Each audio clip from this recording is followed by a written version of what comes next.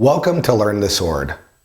A few of my students have asked about how shibori really works, or how do you really ring the handle? And of course, everybody has an understanding of it. Well, let me give you my understanding of it, how my teachers taught me for our next couple of minutes, and I might help to get rid of some of the mystery that's around it. Usually, when they say ring the handle, it's like wringing a towel, and that's how I was shown. For example, if I grab this small little towel here, and this is how my Japanese teachers taught me. They took it and they brought it up like this, and they took it and they go, all you need to do is like wringing a towel, and they take it and they wring it like this. And then they say, well, you don't really wring it like this. You bring the towel in front of you like this, see? And you wring it forward. So when I first saw it, I go, oh, so you wring the towel. You bring the right hand and you turn it counterclockwise, and you take the left hand and you turn it clockwise and you bring it on up this way.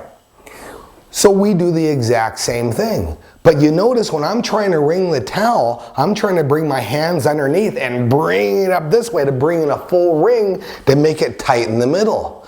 The problem arises is when we go like this. We can't go like this. We can't take your hands and bring it up this way. We already have to have our hands placed on top of the item or the towel or the handle. Then we ring in.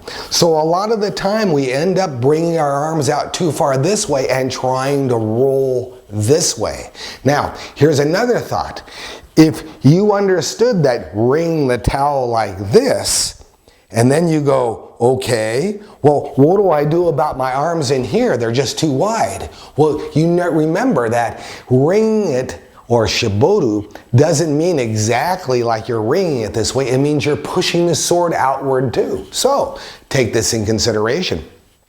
Take your towel that you have like this, and then of course wring it out, and you find out if you wring it out and you start wringing it out, taking the palms of your hands and pushing them down at the same time, then you start finding out that, wow, yeah, my hands are going forward, my arms are going to be more consistent and straight, the triangle in this area here is a little bit stronger, a better foundation.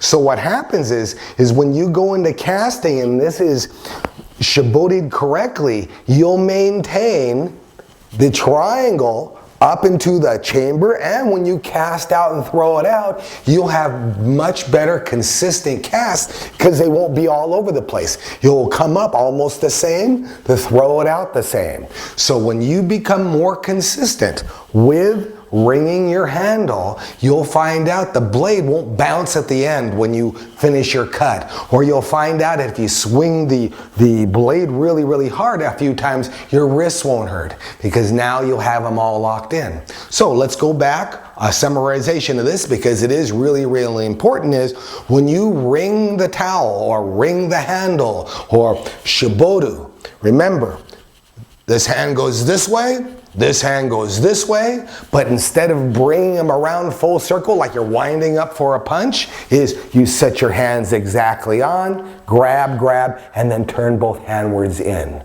And when you turn both hands inward, what happens is it makes you feel real constricted here, but the tip of your sword is much stronger when it hits its target.